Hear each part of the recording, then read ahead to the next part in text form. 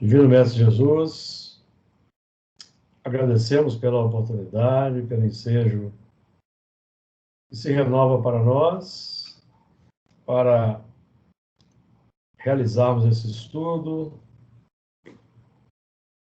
nessa nova oportunidade de crescimento, de arregimentação de valores, de sementes, para que elas cresçam, frutificam e se espalhem, oferecendo o alimento adequado para aqueles que estão à nossa volta. Que nós possamos realizar o melhor ao nosso alcance, que a espiritualidade amiga possa nos inspirar, orientar, para que o proveito seja o melhor possível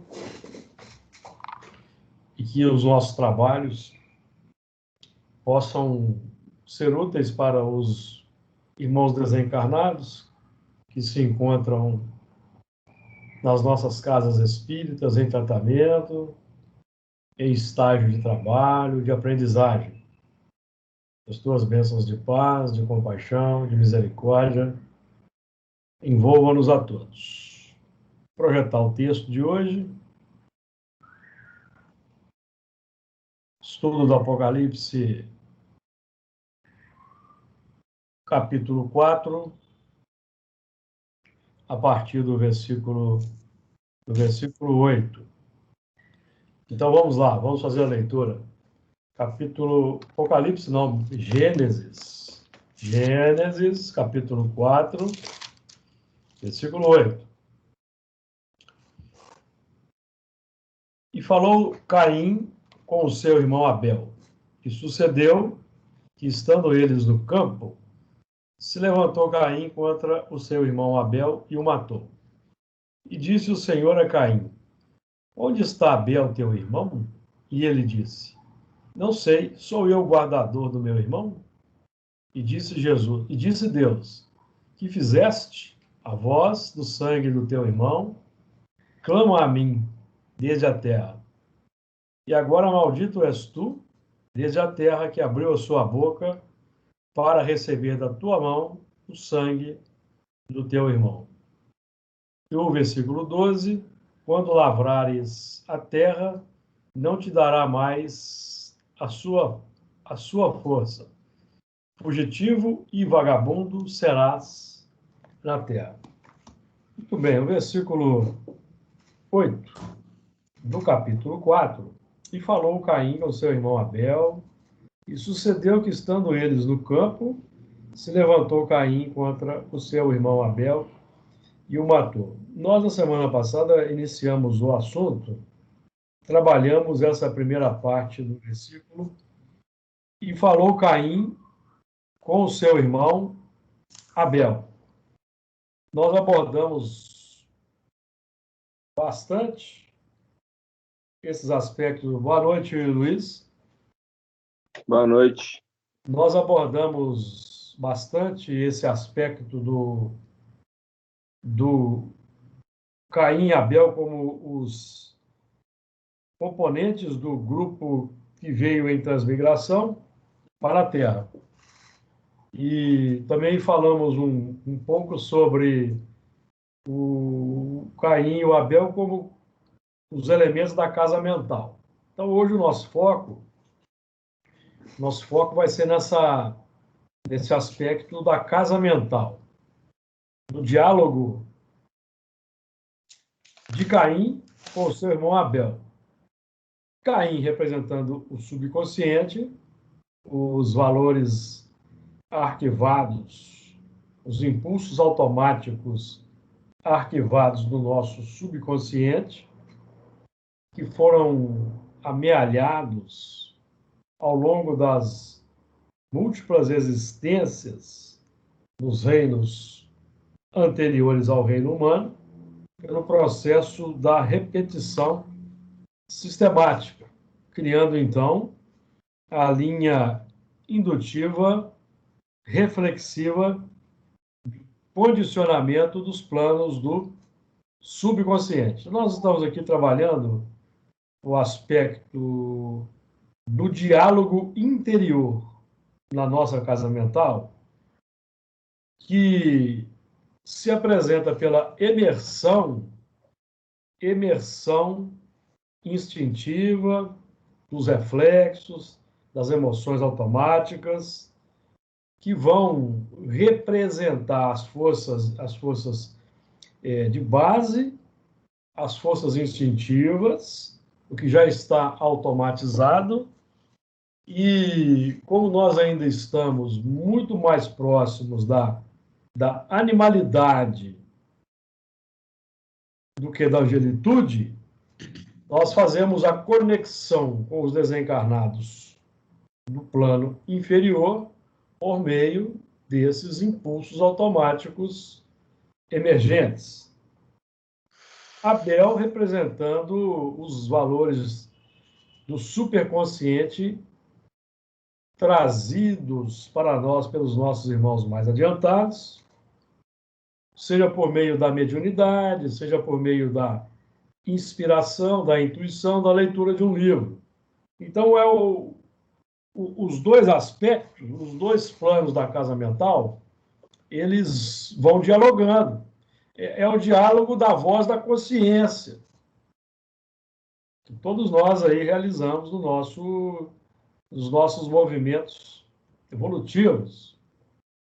Quando emerge algum desejo, que tem aquele caráter, naquele momento de ser inapropriado, logo nós vamos entrar naquele diálogo interior com o conhecimento que já temos adotado e nos recomenda refrear certos impulsos ou domar as inclinações más. Então, esse diálogo, Caim com o seu irmão Abel. No presente estágio da nossa evolução, Caim não pode mais dominar a nossa casa mental. Os impulsos automáticos milenares de cunho animalizado não podem mais dominar a nossa casa mental. É por isso que o nosso lema, o lema do espírita reconhece-se o verdadeiro espírita por domar as suas inclinações más, que é esse domínio sobre o que não pode mais ser exteriorizado de forma irrefletida, que representa o campo da animalidade primitiva, de que fala Emmanuel, por exemplo. Emmanuel fala muito nesse termo, animalidade ancestral, que são esses impulsos primários, raiva, rancor, que se expressam, né? A animalidade ancestral, ela se expressa pela raiva, pelo rancor, pelo ressentimento, pela mágoa, pelo ciúme, pela inveja, cobiça, o egoísmo, certo? São os impulsos automatizados que ainda permanecem na nossa casa mental e com os quais nós vamos sobre os quais vamos buscar exercer o domínio, o controle. De acordo, amigos? Porque o resultado dos impulsos descontrolados do mundo nós vemos aí na sociedade. A violência, a submissão do fraco pelo forte. Isso se reflete nos sistemas políticos, nos sistemas econômicos, que vão permanecendo e exercendo o seu domínio. Isso vai permanecer enquanto a Terra for um mundo de expiações e provas. Quando nós adentrarmos plenamente na regeneração, o quadro será outro. O mundo será um mundo solidário, bem diferente do que nós estamos bem diferente do que nós vemos hoje, certo? Porque o mundo do futuro, da regeneração, o mundo do futuro renovado que vai se iniciar com a regeneração é aquele mundo definido numa frase, aquele mundo cuja condição é definida numa frase, uma resposta do Livro dos Espíritos à questão 930. Numa sociedade organizada segundo a lei do Cristo, ninguém deve morrer de fome. Porque enquanto houver pessoas morrendo de fome, passando necessidade, sendo oprimida, submetidas pela força, o mundo ainda não será um mundo legislado segundo a lei do Cristo. Estamos longe disso. E nós não podemos, eu pelo menos não consigo compreender um mundo regenerado que não seja de acordo com a lei do Cristo. Porque é isso que aprendemos com os espíritos superiores, que ditaram a codificação. Esse é o mundo regenerado. Repetimos, não é mundo religioso, porque existe confusão quanto a isso. Por isso é que muita gente não entende quando a gente diz que países como Suíça, Dinamarca, Noruega, estão muito mais perto da regeneração plena do que o Brasil. Tem gente que não entende. Mas lá não, como é que pode ser se lá não tem nem religião? Quem pensa assim tem que mudar a ideia. O mundo regenerado não é mundo religioso, não. Certo, amigos? O mundo regenerado é mundo da religião natural, que se expressa pelo amor ao próximo. É assim que nós entendemos. Kardec também entendia assim. Kardec não entendia o mundo, a religião, como um sistema tradicional que ainda predomina. Não, Kardec entendia a religião como o sistema da vivência natural do amor ao próximo. E, obviamente, que incluindo a consciência da existência de Deus, a prática da oração o conhecimento da imortalidade, certo? Mas esses fatores não são fundamentais para que a Terra se eleve à condição de regeneração. Não são. Isso vai ser conquistado no futuro. No futuro.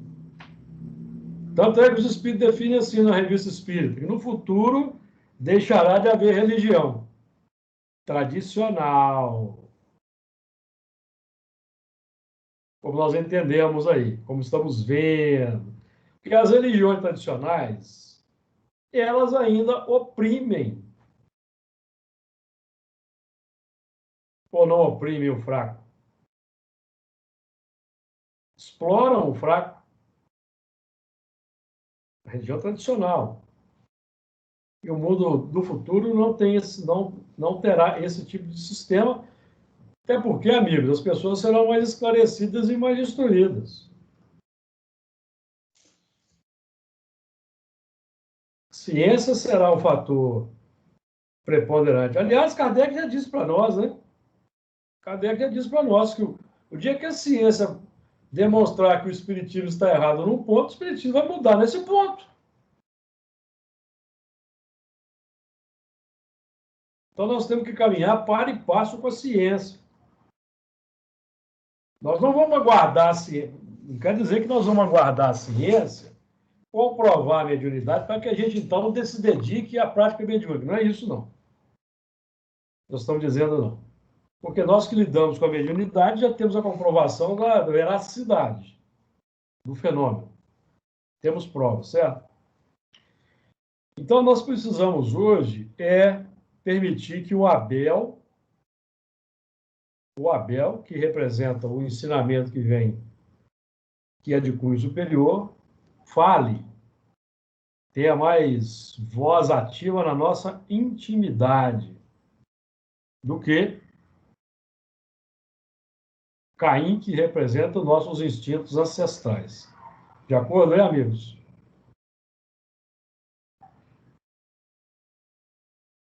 Então, quando nós... quando nós temos essa frase, falou Caim com seu irmão Abel, nós estamos observando a inversão do comando, o subconsciente ditando normas para o superconsciente. Então, a linha de comando das ações nos mundos em regeneração vem do superconsciente e não mais do subconsciente. Lembremos que este é um diálogo que se passa na casa mental, de princípio. E o falar ou verbalizar define concretização em andamento. De acordo? Vamos em frente? E sucedeu que, estando eles no campo, na encarnação, perante a prova para a vitória sobre o egoísmo. Campo é a reencarnação.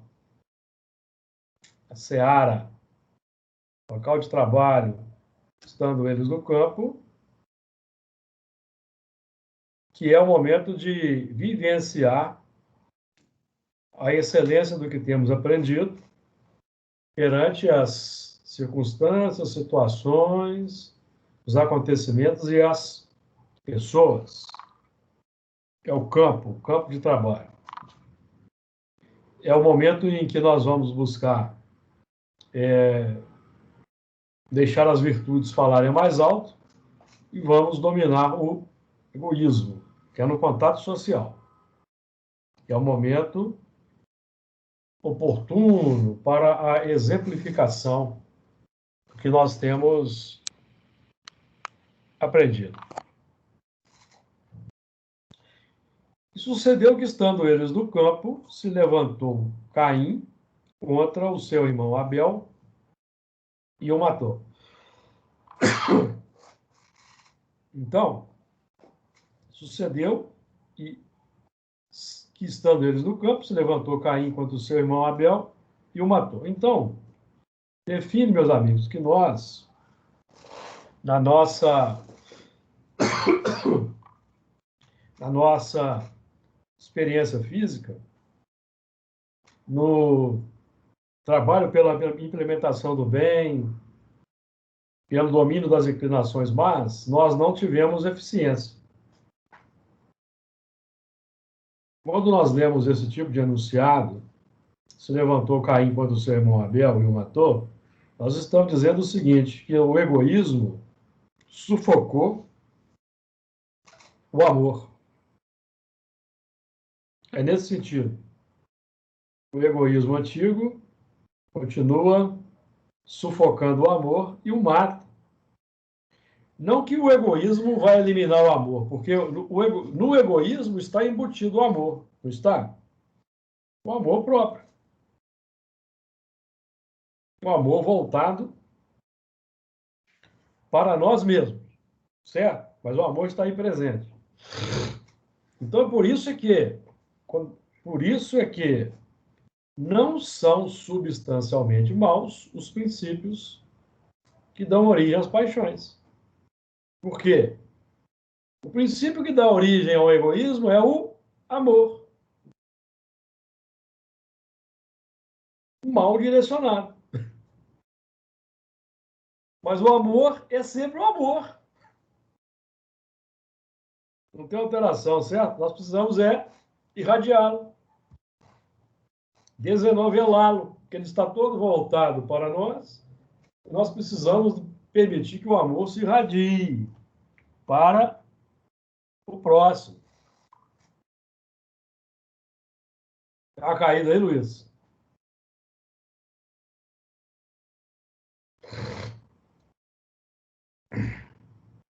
O Luiz deu uma sumida aí, ó, congelou. Parece que o Luiz está com um problema de instabilidade lá. Aqui aparece que tem convidados querendo entrar, Júlio. Não, já entrou. Todo mundo que já entrou, já entrou. Não tem mais nenhum pedido aqui não, tá? O Luiz congelou. O... Tá tentando voltar. Ele tá com problema de internet lá hoje. Luiz, você tá com dois equipamentos abertos aí. O outro você não desligou, não. Desliga ele. Se levantou. Então, o nosso problema é... Primeiro, o nosso problema hoje, o nosso trabalho, é levantar Abel e encolher o Caim, certo? João Batista disse: é preciso que ele cresça e que eu diminua. João Batista estava falando de quem? Quem tem uma ideia? Jesus, velho. De Jesus. É preciso que ele cresça e que eu diminua. É preciso que o eu superior cresça e que o ego diminua. Para evoluirmos moralmente falando. Porque intelectualmente nós já somos muito avançados. Intelectualmente nós já somos muito avançados. Precisa agora permitir que o eu superior, que é o aspecto moral, alcance a culminância do intelecto. De acordo? Nós vamos encontrar em João o seguinte vejam bem o que João vai dizer para nós aqui. Evangelho de João, capítulo 8, versículo 28. Disse-lhes, pois, Jesus: quando levantardes o Filho do Homem, então conhecereis quem eu sou, e que nada faço por mim mesmo, mas falo como o Pai me ensinou. Olha que interessante. Nesse versículo aqui, nós estamos vendo o oposto. Se levantou Caim contra o seu irmão Abel. Aqui Jesus está dizendo: disse-lhes, pois, Jesus: quando levantardes o Filho do Homem, então conhecereis quem eu sou e que nada faço por mim mesmo, mas falo como o Pai me ensinou. Então, nosso trabalho hoje é levantar o Filho do Homem, o eu superior, o eu crístico, cujo modelo é Jesus. É levantar, porque ele ainda é embrião, ainda é criança. O irmão mais velho, Caim, ainda está muito forte. Mas o Caim representa a primeira etapa do progresso, para acolher a segunda etapa do progresso, que é o desenvolvimento moral. Progresso moral. Nós aprendemos isso na questão 785 do Livro dos Espíritos. Vamos voltar nela? 785. Qual o maior obstáculo ao progresso? O orgulho e o egoísmo. Caim. Na nossa intimidade, tá? Refiro-me ao progresso moral, porquanto o intelectual se efetua sempre.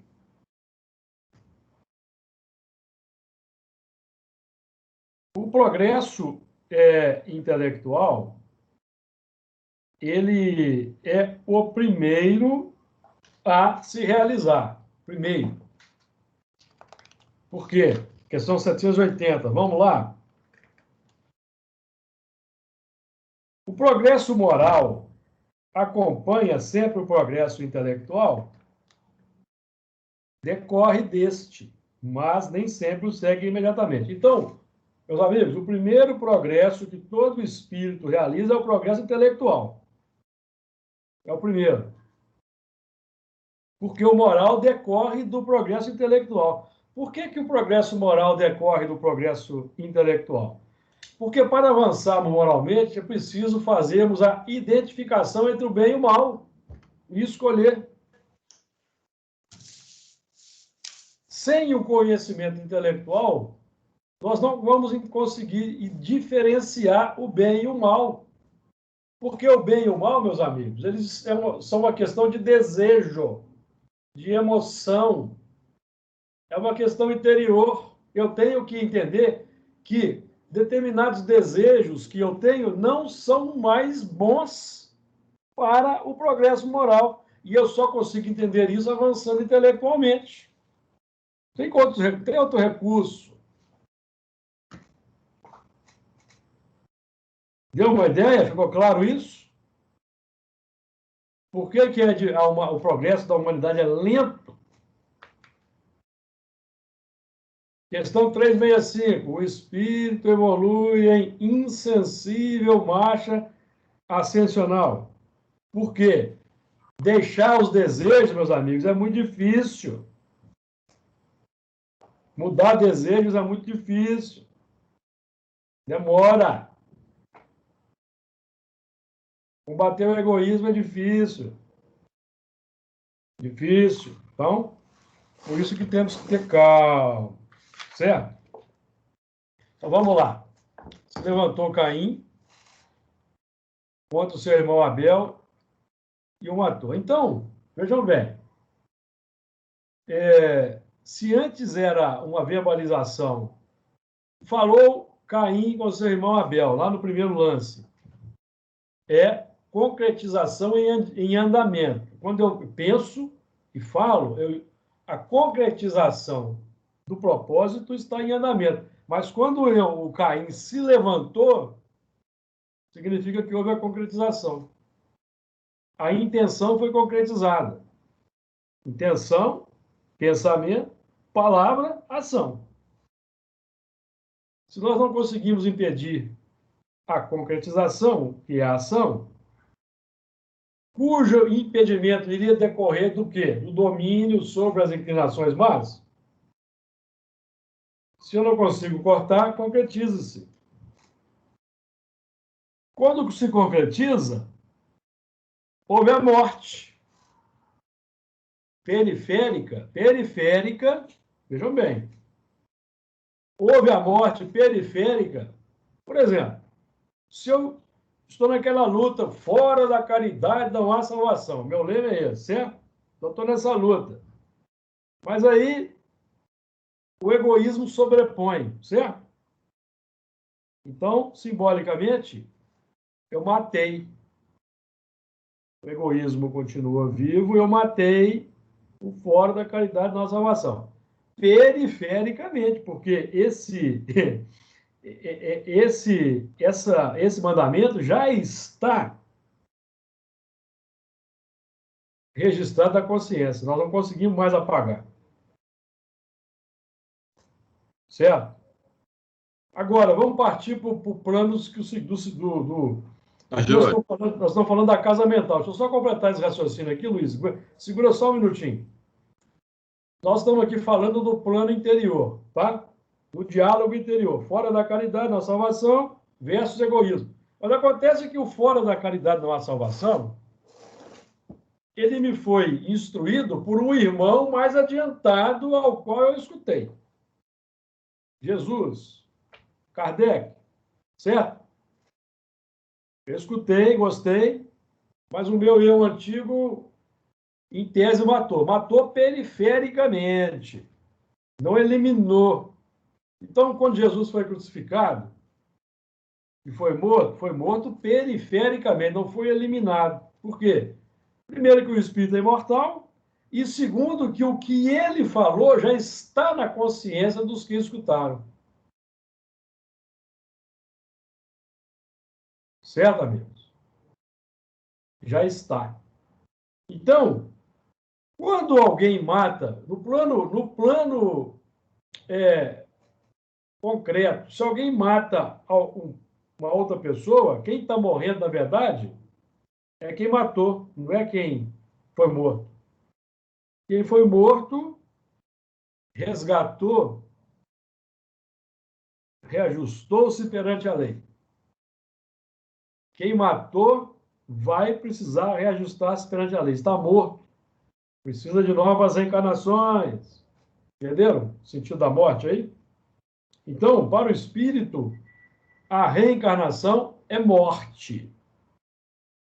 E a desencarnação é vida. Ficou clara essa ideia? Então, se eu cedo às inclinações más, eu continuo me matando. Eu continuo necessitando de novas existências. Ficou claro aí, meus amigos? Luiz, o que você queria falar, Luiz? É bem rápido. Como eu te falei na outra vez, hoje eu vou sair mais cedo. Tem que sair agora. Não, é porque, na hora que você falou, Caim levantou, né, contra Abel, Sim. você tinha falado antes que, eu até procurei, eu não lembro do versículo, você falou João 8:28. Não, João 8:28, né, que você falou? Você falou de 8, levantar? 28. 8, Hã? 28. João 8, 28. Pois é, João 8, 28. então, se inicialmente o homem velho em mim, né, tá derrubando tá tentando matar as novas ideias que vêm do alto, né? Nesse trabalho que a gente vai fazendo de aprimoramento, de autoconhecimento, num tempo na frente que já tem que ser agora, né, igual você falou, Sim. esse homem novo vai se levantar para escutar o plano superior, né? E não mais o Caim, os meus desejos, né? Vão se levantar para domar É, isso. minha conduta. Esse se levantar é quando o elemento estiver erguido, plenamente erguido. Então, quando nós levantarmos o Filho do Homem interior, aí nós vamos entender Jesus, Uhum. Beleza. né? Plenamente falando. Boa Tranquilo. noite para vocês. Valeu, obrigado. Falou, Depois eu abraço. escuto o restante. Tranquilo. Então, é, essa morte é a morte periférica. Por exemplo, Caim matou Abel, né? Significa que o grupamento lá, aqueles primórdios, não deu ouvidos aos superiores, os mais avançados naquele momento. E podemos até entender que fisicamente falando, houve aí a morte, certo? Porque muitos profetas foram mortos, outros foram apedrejados. Mas o que aconteceu? Mataram Abel, mas depois veio Jesus. Mataram Jesus, depois veio o Consolador. Então, se eles conseguiram matar o Abel, que era um, Jesus, que era um, o Consolador já não tem jeito, porque o Consolador já são muitos. O Consolador é representado pelos espíritos e pelos encarnados que abrimos nossos corações para a recepção desse Abel mais avançado no tempo, que é um ensinamento apropriado para a maturidade intelectual que nós já desenvolvemos. Então, nós estamos trabalhando aqui, se levantar Caim contra seu irmão Abel, definindo, nós ainda permitimos que o egoísmo, o orgulho, as paixões, de modo geral, continuem falando com muita eloquência, com muita força e ainda exercendo um certo domínio na nossa vida interior. E assim estiolando o valor, o amor, como Jesus exemplificou para nós. De acordo? Mas nesse sistema, quando nós, na verdade, silenciamos Jesus interiormente, quem está morrendo somos nós. Porque nós precisaremos retornar em novas oportunidades para fazer o trabalho que não foi feito.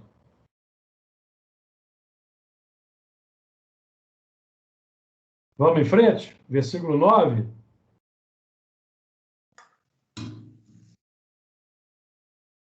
Versículo 9. E disse o Senhor a Caim: onde está Abel, teu irmão? E ele disse: não sei, sou eu o guardador do meu irmão? Olha só que irreverência. Que irreverência no plano interior.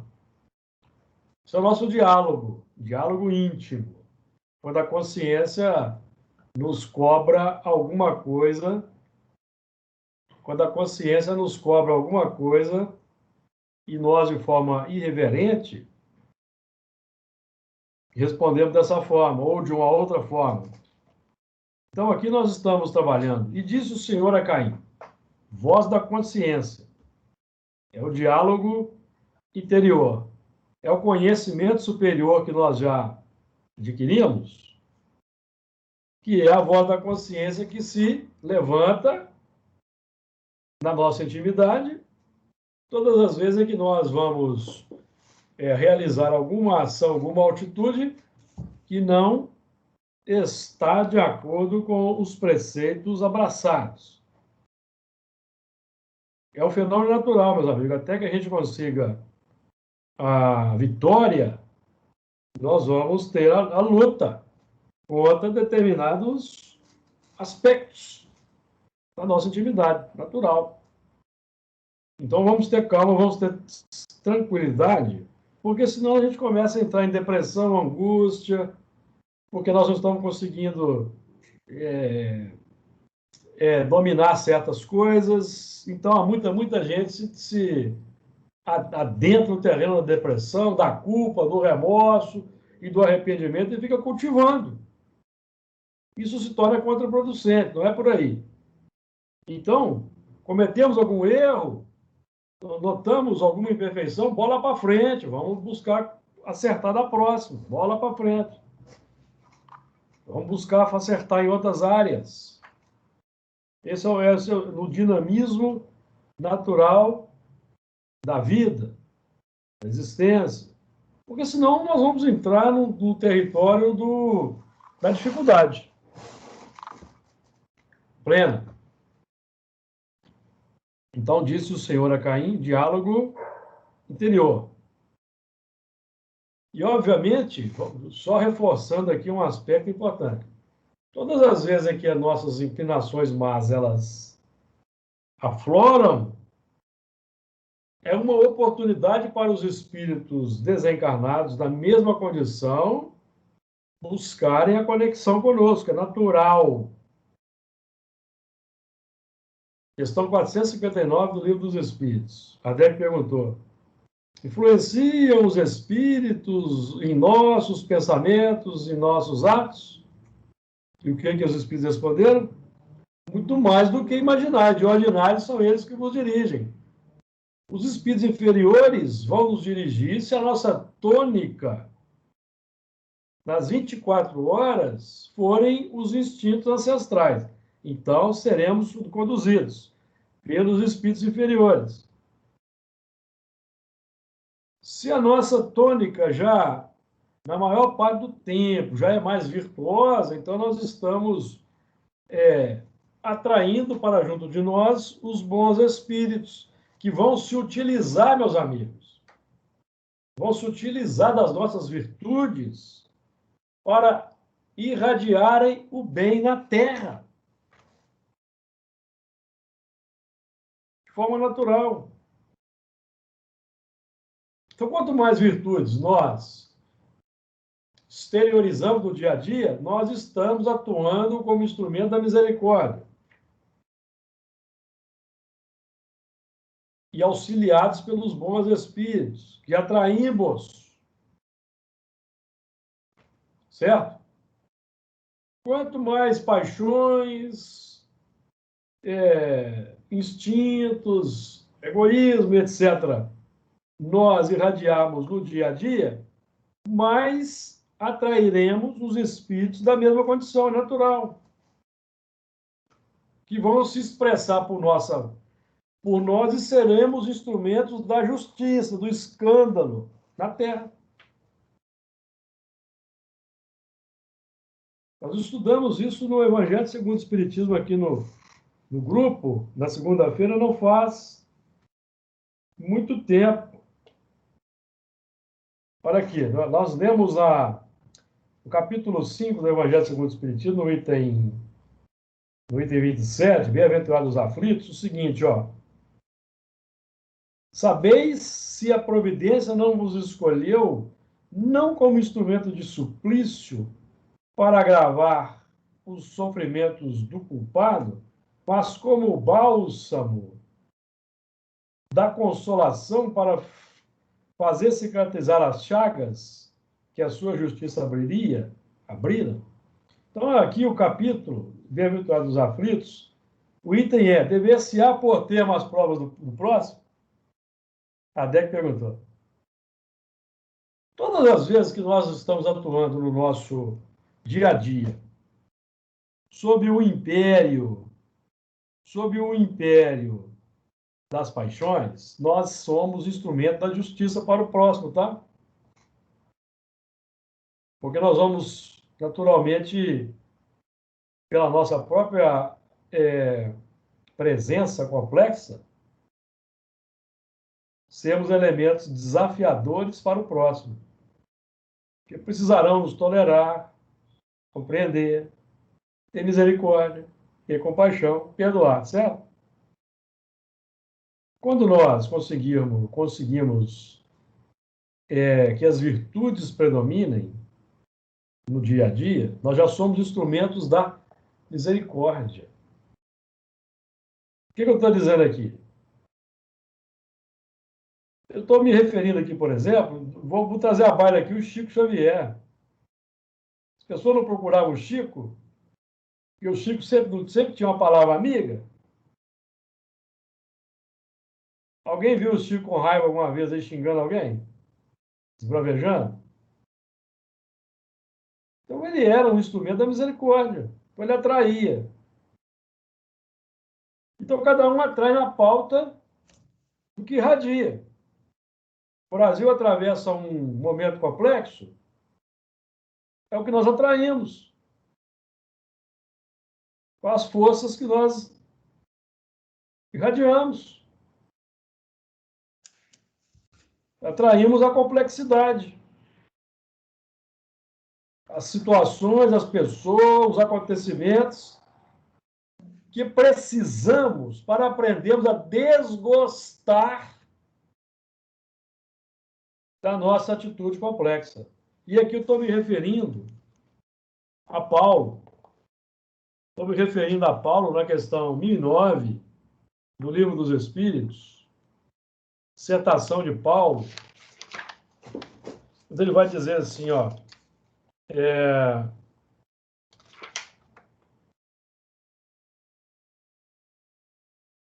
quem é com efeito o culpado é aquele que por um desvio, por um falso movimento da alma, se afasta do objetivo da criação, que consiste no culto harmonioso do belo, do bem. Então, o objetivo da criação é, por parte do espírito, cultivo do belo e do bem. Então, eu tenho que saber o que é o bem, o que é o belo. Identificar e escolher, certo? Continua Paulo. O que é o castigo? A consequência natural, derivada desse falso movimento. Qual é o falso movimento? O egoísmo, o orgulho, a vaidade, a cobiça, a raiva, o ciúme, a violência, a falta de empatia, o sarcasmo, a indiferença pelo sofrimento do próximo. Isso é um falso movimento, tá? Então, o castigo entre aspas, tá, amigos? É para corrigir isso. Então, vamos voltar. O que é o castigo? A consequência natural derivada desse falso movimento. Uma certa soma de dores necessária a desgostá-lo da sua deformidade pela experimentação do sofrimento. O que nós estamos dizendo aqui? Um outro conceito de Kardec. O mal é o seu próprio remédio. Qual é o mal? O egoísmo, o orgulho. É o mal, certo? Qual é o remédio? Nós vamos atrair pessoas orgulhosas e egoístas para a convivência, encarnadas e desencarnadas. Se um grande contingente das coletividades irradia esses sentimentos, então, coletivamente, nós vamos ter, então, aí os resgates coletivos. Os instrumentos do escândalo para que o resgate coletivo ocorra. As situações, as circunstâncias. Perceberam? Então, tudo tem origem no coração. Os corações que se somam numa coletividade e que são atrativos daquelas situações para que eles aprendam a desgostar das escolhas complexas que fizeram.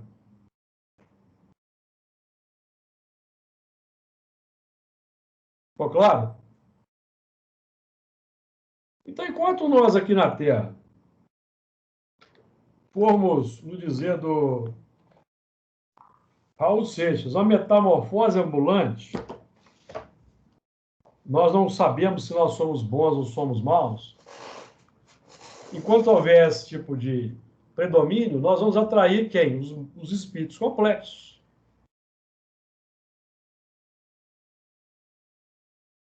Que vão se corporificando pela reencarnação. Até que um movimento que já está ocorrendo, na verdade, definido pelo alto, opere a separação do joio do trigo. Não, essa categoria de espírito não mais vai reencarnar na Terra. Então, eles dão reencarno. E aqueles que os atraem, que ainda estão no corpo, quando desencarnarem, vão se unir a eles. Ficou claro, amigos?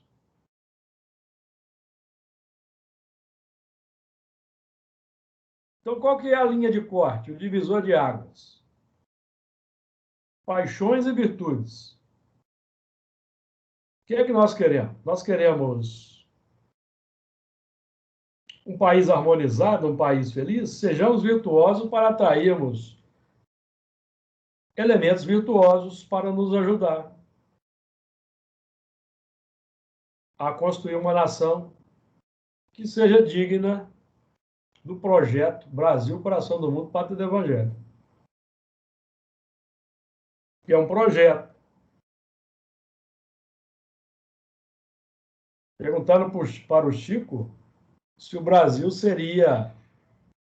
iria ser realmente a pátria do Evangelho, Coração do Mundo. O Chico falou, vai depender do que os homens fizerem. Se ele falou, já tem uns 40 anos ou mais. Nós construímos a pátria do Evangelho? Nós construímos uma sociedade regida pela lei segundo a qual ninguém deve morrer de fome? Até hoje, não.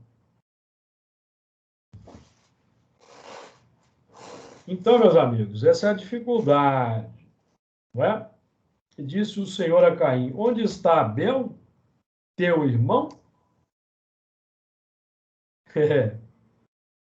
Onde está Abel, teu irmão? Depois que nós escutamos, meus amigos, fora da caridade da salvação, o Abel está presente, não tem como tirar mais da consciência. Tem pessoas que tentam driblar, estabelecer um sistema assim para obscurecer aquilo, para distrair, mas não tem jeito não. Então, onde está Abel? Abel está na casa mental, junto com Caim. Já está aí. Já estudamos o Evangelho, estudamos o Espiritismo, então Abel está presente.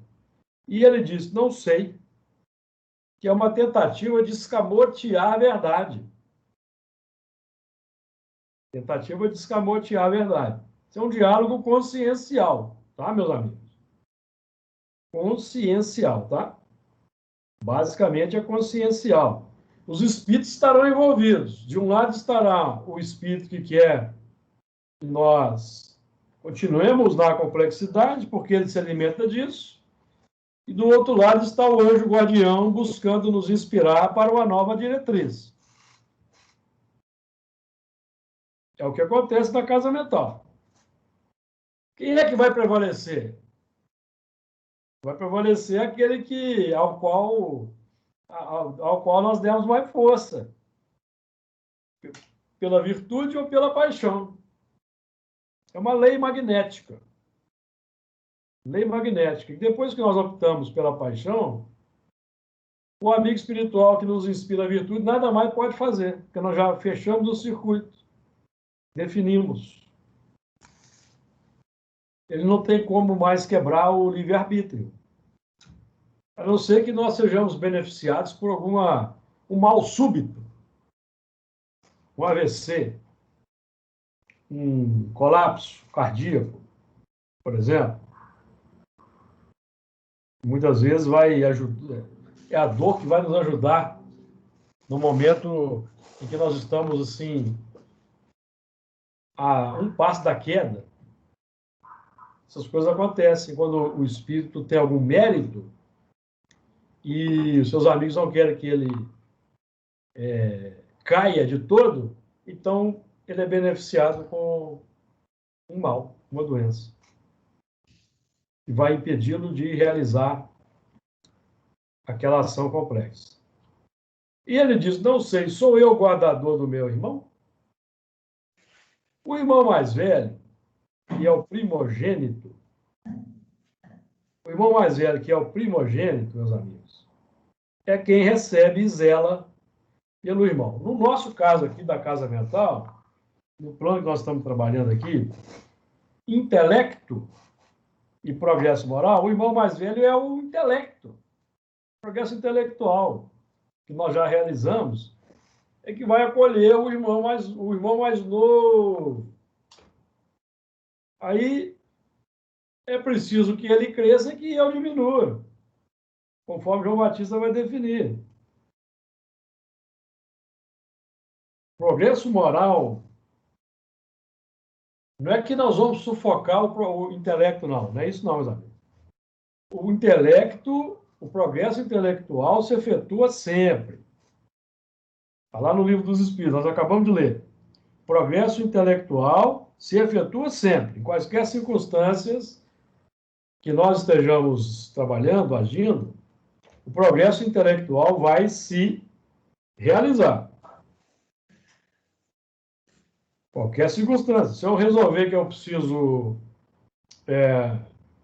desenvolver técnicas para enriquecimento ilícito, o progresso intelectual está se fazendo. Perceberam? Eu vou aprender técnicas. Progresso intelectual. Isso aí acontece no campo aí o elemento que está no campo aí da delinquência, ele está desenvolvendo as técnicas para aprimorar o seu ganho naquela área. Progresso intelectual. Aprendendo técnicas. Nós vemos isso aí, por exemplo, na área da tecnologia. E os hackers vão sempre aprimorando mais as técnicas para burlar o sistema, fraudar, não é isso? Progresso intelectual. Esses elementos, quando forem transmigrados, eles terão embutido na sua mente o conhecimento da tecnologia. E lá no mundo para onde eles vão, um dia eles vão desenvolver os computadores, a informática e tudo mais. Que aqui eles estão usando para prejudicar o próximo, alimentar o egoísmo, a paixão, a lei do menor esforço. Então, o progresso intelectual, ele vai acolher o progresso moral quando ele se apresentar. Aí entra o fator da vontade, da boa vontade, do desejo. Não é? Porque, por exemplo, Na época de Kardec, os cientistas mais abalizados foram chamados a estudar o fenômeno espírita. Muitos não se convenceram, porque como eles não acreditavam, eles elaboravam sistemas para explicar de outra forma que não fosse aquela com a qual eles concordavam, mesmo com todas as provas. Ah, isso é uma alucinação. Não é? Então, por exemplo, a gente estuda lá no livro dos médiuns os sistemas. Tem um sábio que teorizou o sistema do músculo estalante. O que é isso? É que as pancadas na mesa, os ruídos eram promovidos pelo músculo curto perôneo da perna que estalava. O sistema que ele desenvolveu para explicar o fenômeno. Porque, como ele não concordava que eram os espíritos, porque para ele espírito não existe, isso está definido, é ponto pacífico, então ele já cortou a possibilidade de um desenvolvimento nessa área. Perceberam como funciona? Então, o progresso intelectual se efetiva, primeiro, para que depois o progresso moral se realize pela identificação entre o bem e o mal. Então, quando Jesus se apresenta para nós das mais variadas formas, eu tenho que concordar com Jesus. Preciso concordar com Jesus, com suas ideias, com seus exemplos. Concordar. Aí eu posso não concordar. Eu posso definir que Jesus é um fanático. Eu posso definir que Jesus é um lunático. Não acontecia isso no tempo dele. E aí eu corto. Caim matou Abel. O progresso intelectual deixou de guardar o irmão mais novo que se apresenta. Eu pergunto se ficou claro para os amigos essa ideia. Sou eu guardador do meu irmão? Sim.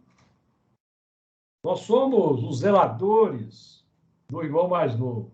Tanto no campo físico, da família, da experiência mesmo do cotidiano, quanto no plano do filosófico, em que nós somos chamados, não é? Somos chamados, por exemplo, para conhecer a doutrina espírita. Somos presenteados com um livro espírita, ou somos convidados para uma casa espírita, mas o nosso intelecto não aceita, não concorda. Então, houve o corte. Nesse sentido.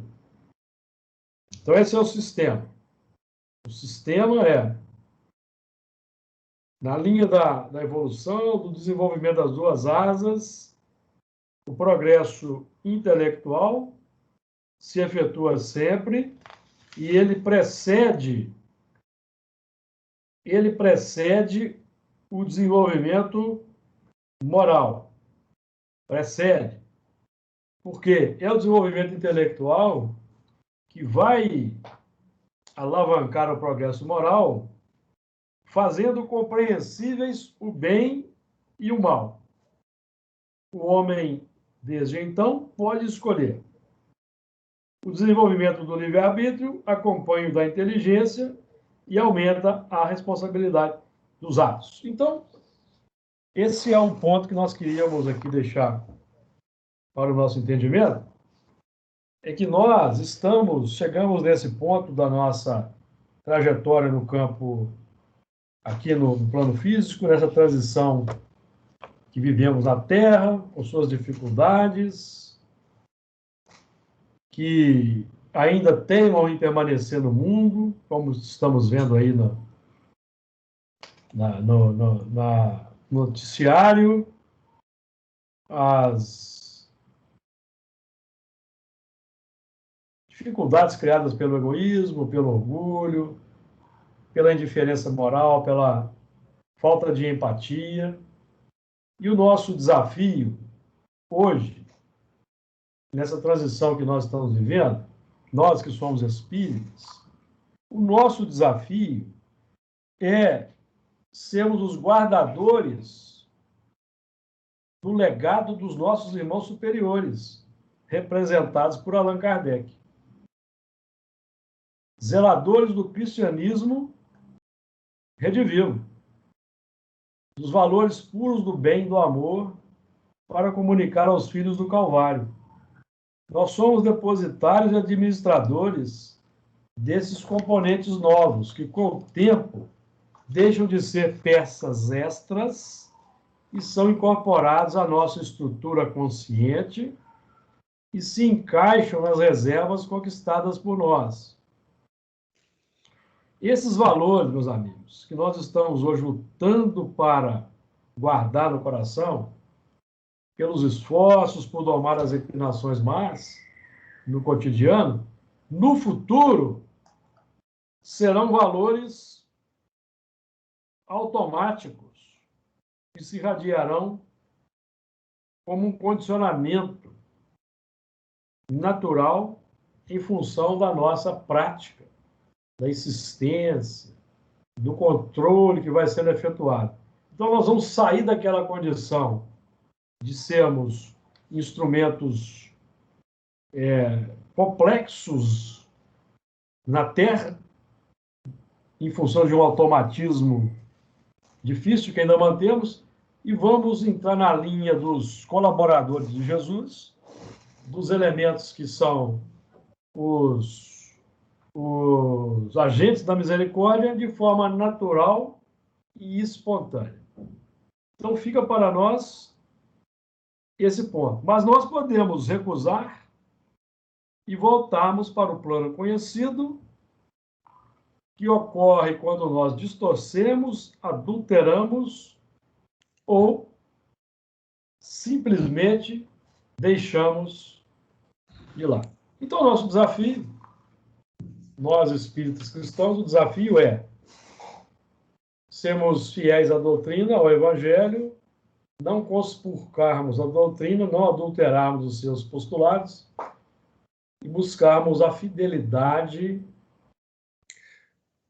ao Evangelho, à doutrina, pela prática do amor, que se amplia pelas virtudes de que já somos dotados. Que Jesus nos favoreça, nos fortaleça e que nós consigamos aí, no nosso dia a dia, realizar esse trabalho.